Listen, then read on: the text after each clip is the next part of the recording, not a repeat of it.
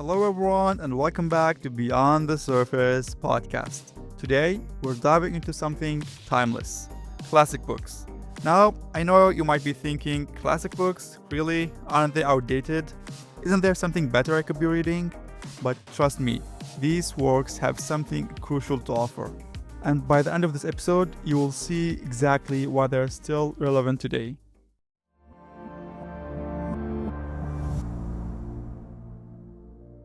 So, what is that makes a book a classic?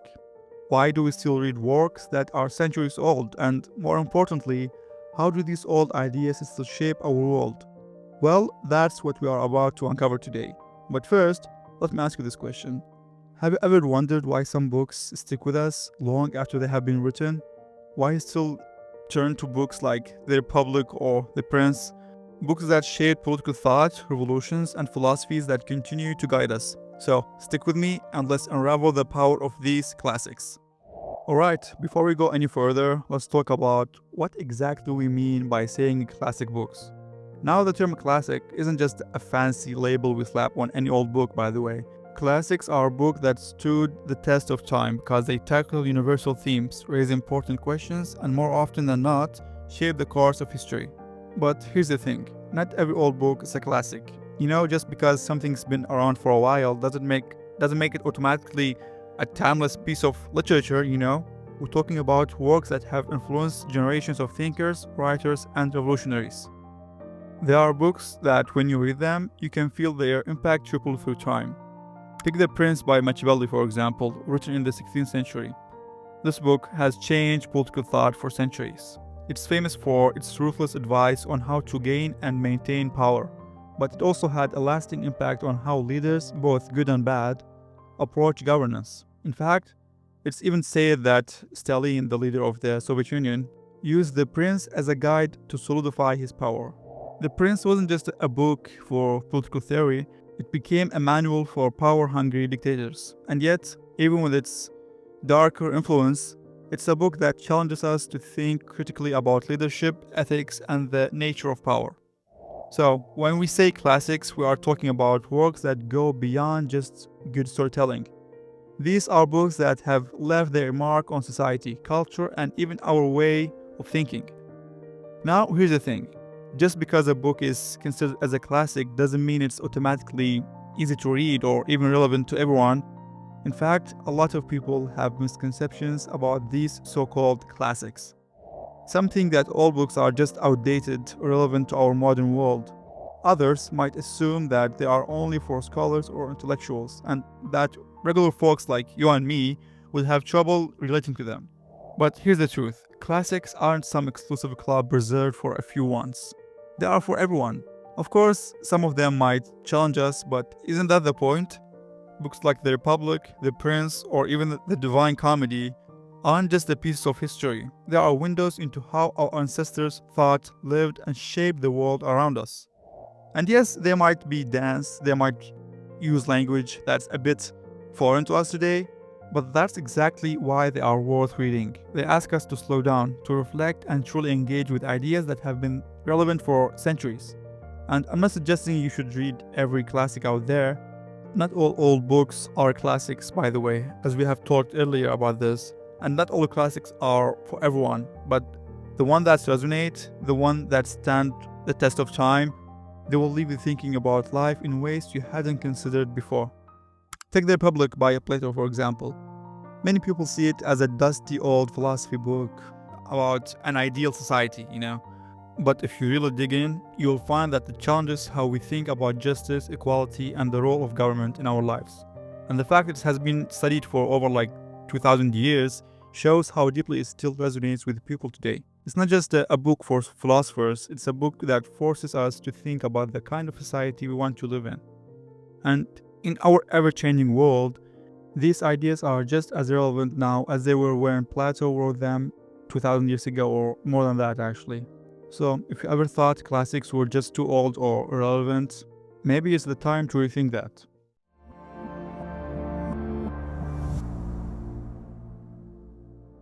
Now that we have cleared up some misconceptions, let's talk about why classic books truly matter. And I'm not just talking about their historical significance. Classic books give us something that's hard to find elsewhere, a deeper understanding of the human condition. You see, these books often tackle big universal questions about power, love, justice, morality, and the nature of society. They explore topics that remain relevant across cultures and time periods because they reflect the core of what it means to be human. Take God and State by Mikhail, for example, written in the 19th century. Mikhail offers a bold critique of both government and religion, arguing that they exist to oppress and control people, both government and religion. This directly challenges Hobbes' Leviathan, where he claims that without a strong central authority, society would fall into chaos. Mikhail, on the other hand, calls for complete abolition of both the state and organized religion, emphasizing individual freedom and the collective good. Noam Chomsky shares a similar perspective. If you remember from the last episode, I mentioned how Chomsky not just revolutionized our understanding of language, but also made significant contributions to political thought. Like Mikhail, he challenges the idea that authority is necessary for order. Both of them push back against Hobbes' argument, offering a different way of thinking about power and control, one that forces us to question the systems we take for granted in modern world. And that's exactly why classics still matter. They don't just provide one side of the argument, they show us multiple perspectives on important issues. Reading books like God and the State and Leviathan forces us to ask, how do we balance individual freedom with the need for societal order? How does power shape our lives, for better or worse? Classic works push us to think critically about the world around us. They invite us to explore ideas we might not have considered and challenge the assumptions we take for granted. So, if you want to improve your critical thinking, dive into the classics. They will stretch your mind and make you question everything you thought you knew. So, now we have talked about why classic books matter, but let's take it one step further. What role do they play in society today?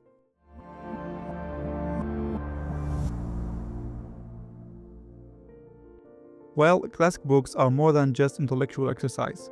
They shape the way we think about the world and the way society operates. One of the most powerful things about classic books is their ability to address permanent societal problems and concerns.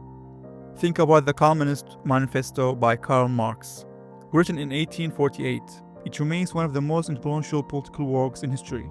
Even though many of its predictions about capitalism have not come true, the critique it provides about class struggle, exploitation, and the concentration of power is still a lens through which we view modern society.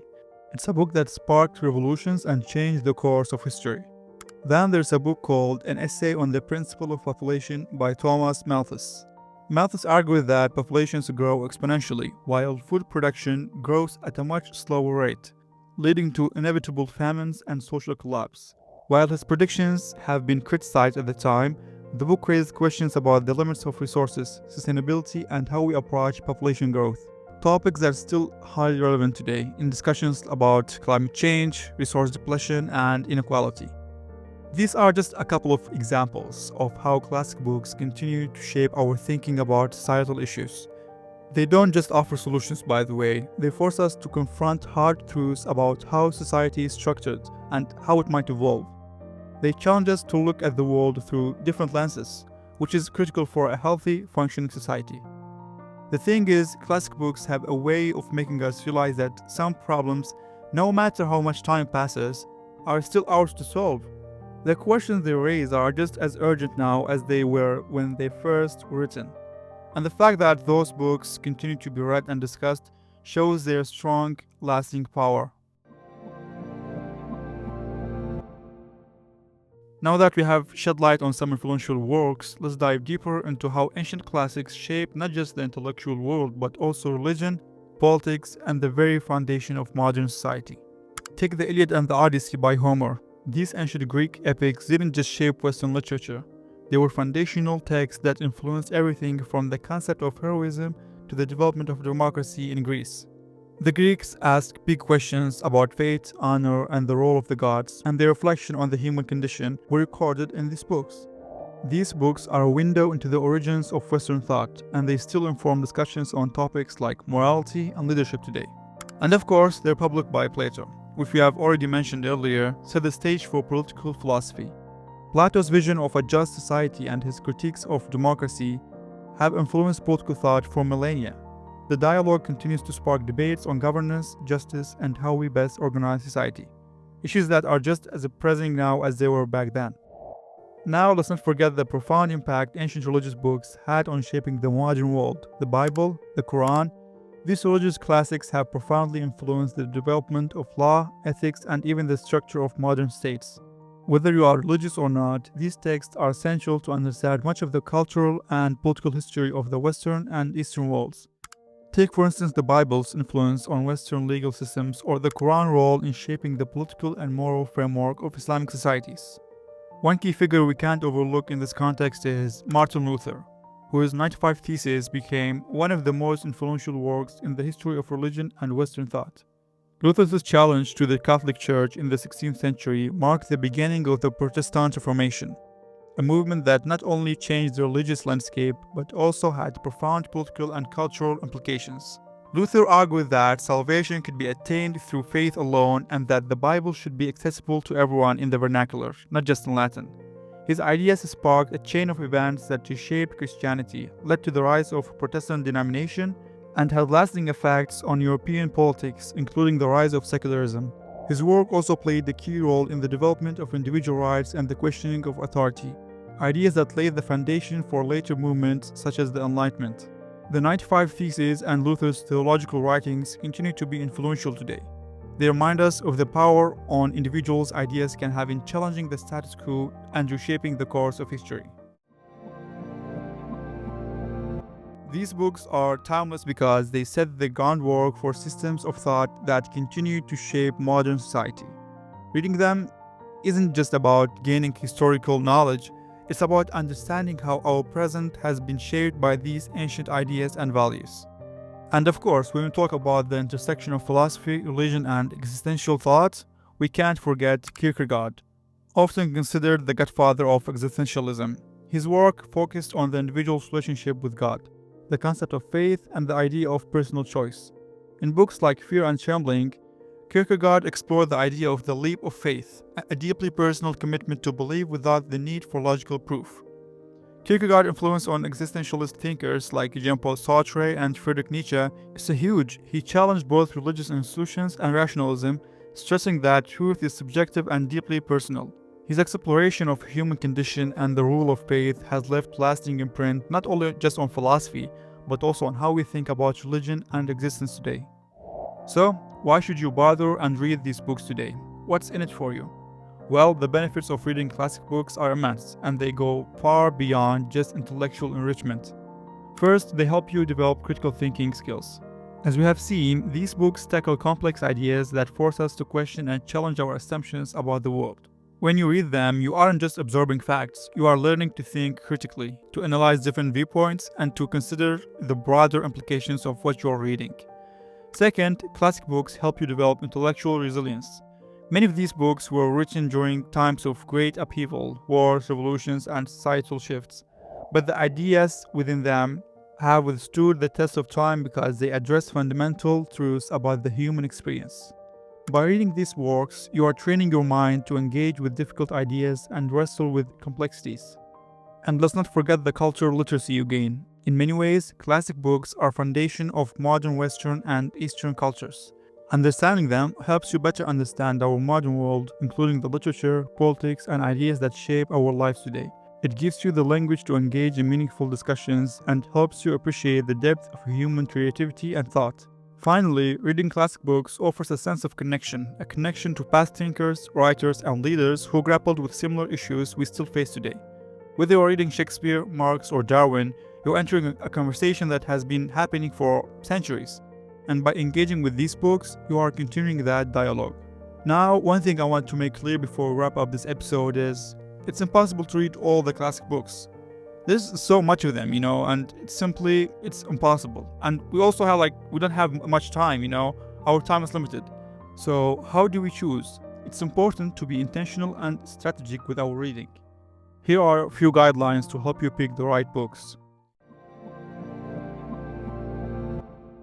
Look for books that are widely respected and often cited by experts, scholars, or other writers. These books have shaped future ideas and continue to influence the discourse in their respective fields. When a book has been around for centuries, you can bet it has something worth saying, Many classic books present complex ideas or concepts, and yes, they can be difficult to read, but that's exactly what makes them valuable. The struggle to understand these works often leads to profound personal growth, deeper insights, and expanded knowledge.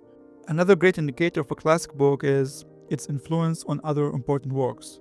Some books have inspired entire movements or fields of thought, whether it's the Prince influencing political philosophy or the Republic shaping our understanding of justice and governance. When a book has sparked a ripple effect across literature, philosophy, politics, or culture, it's worth reading. And finally, the best classic books addresses permanent societal concerns, issues like human nature, justice, freedom, and inequality.